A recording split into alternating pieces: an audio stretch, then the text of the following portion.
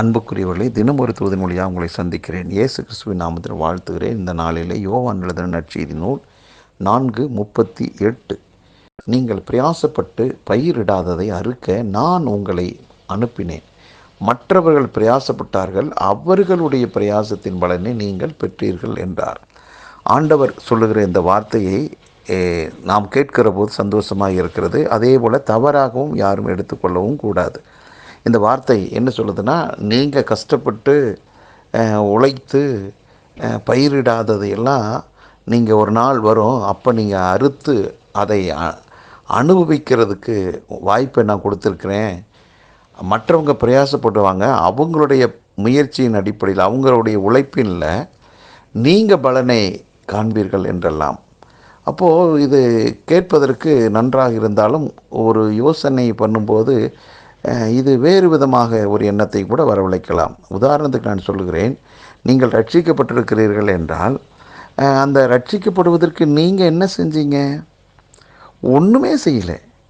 அப்போ எப்படி ரட்சிக்கப்பட்டீங்க? விசுவாசித்தீங்க, அவ்வளோதான். கிரிகையில் உங்கள் செயல்பாட்டில் ஏதாவது உண்டா? ரட்சிக்கப்படுவதற்கு உங்கள் செயல்பாட்டின் அடிப்படையில் நீங்கள் ரட்சிக்கப்பட்டீர்களா? இல்லவே இல்லை. நான் ஒன்று சொல்லுகிறேன், யாரோ ஒருவர் உங்களுக்காக ஜெபித்திருப்பார்கள். யாரோ ஒருவர் அந்த ரட்சிப்பின் அந்த வார்த்தை, சுவிசேஷ வார்த்தையை யாரோ ஒருத்தர் சொல்லியிருப்பாங்க. அதை நீங்கள் கேட்டு விசுவாசிச்சிங்க இருதயத்துக்குள்ளே.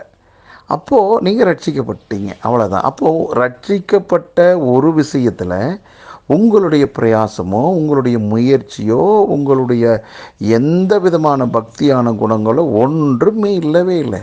அது 100% கர்த்தருடைய கிருபை. அதே போல் யாரோ ஒருவர் உங்களுக்காக ஜெபத்தோடு ஒரு வார்த்தையை சொல்லியிருப்பார்கள். அந்த வார்த்தையை கேட்டிருப்பீர்கள், விசுவாசித்திருப்பீர்கள். அது மட்டுமே உங்களுடைய வேலையாக இருந்தது. அதே போல தான் இன்றைக்கும் ஒருவேளை எப்படிப்பட்ட காலத்தில் நான் வாழ்கிறேன் என்று ஒரு கேள்வி உங்களுக்கு எழுமையானால், என்ன காலத்தில் நான் இருக்கிறோம் அப்படின்னா, யாரோ ஒருவருடைய முயற்சி பிரயாசம் எனக்கு பலனை கொடுக்கும். யாரோ ஒருத்தருடைய கடின உழைப்பு, அவர்கள் விதைத்த விதை எனக்கு இன்றைக்கு அறுவடையை தரக்கூடியதாக இருக்கிறது. அந்த காலத்தில் நாம் வாழ்கிறோம். ஆகவே ஆண்டவர் அனுப்பியிருக்கிறார் நம்மை. மற்றவங்க அனுப்பக்கூடிய, மற்றவங்க போடக்கூடிய விதையின் மூலமாக ஒரு விளைச்சல் வருகிறது. அந்த விளைச்சலை, அந்த அறுவடையை அனுபவிக்க பிறந்திருக்கிறீர்கள். அப்போது இது ஒரு நல்ல காலம். உங்களுக்கு சீக்கிரத்தில் உங்களுடைய புலம்பலெல்லாம் ஆனந்த களிப்பாக மாறக்கூடியதார், உங்கள் துக்கமெல்லாம் சந்தோஷமாய் மாறக்கூடிய ஒன்று சீக்கிரத்தில் நடக்கப் போகிறது.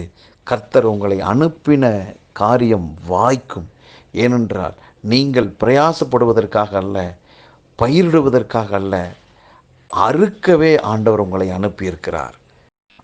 ஆண்டவர் அனுப்பின காரியம் நீங்கள் பலனை அனுபவிக்க வேண்டும் என்று அனுப்பியிருக்கிறார். ஆகவே நீங்கள் அறுக்கவும் அனுபவிக்கவும் காலங்கள், நேரங்கள் உங்களுக்கு சாதகமாய் அமைந்திருக்கிறது. சீக்கிரத்தில் அந்த காரியத்தை நீங்கள் செய்வீர்கள். வெற்றி நம்முடையதே. பரலோக பிதாவே, ஆண்டவரே கொடுத்த நல்ல வார்த்தைக்காக நன்றி. நாங்கள் ஆண்டவரை பிரயாசப்பட்டு ஆண்டவரை பயிரிடாததை அறுக்கவும், மற்றவர்கள் பிரயாசப்பட்டு பயிரிட்டதை அனுபவிக்கவும் கர்த்தாவே எங்களை நீர் அனுப்பியிருக்கிறீர். இந்த வெளிப்பாடு எங்களுக்கு இன்னும் அதிகமாய் தெரிவதாக. ஆமாண்டவரே, அப்படிப்பட்ட வெளிச்சமுள்ள ஒரு வாழ்வுக்குள்ளாக எங்களை அர்ப்பணிக்கிறோம். இதை கேட்டுக்கொண்டிருக்கிற ஒவ்வொருவருக்கும் இன்னும் அதிகமாக இந்த வசனத்தினுடைய வெளிச்சம் உண்டாகட்டும். வெற்றி மேல் அடைந்து சுகமாய் வாழட்டும். இயேசு கிறிஸ்துவின் நாமத்தில் ஜெபிக்கிற நல்ல பிதாவே, ஆமென்.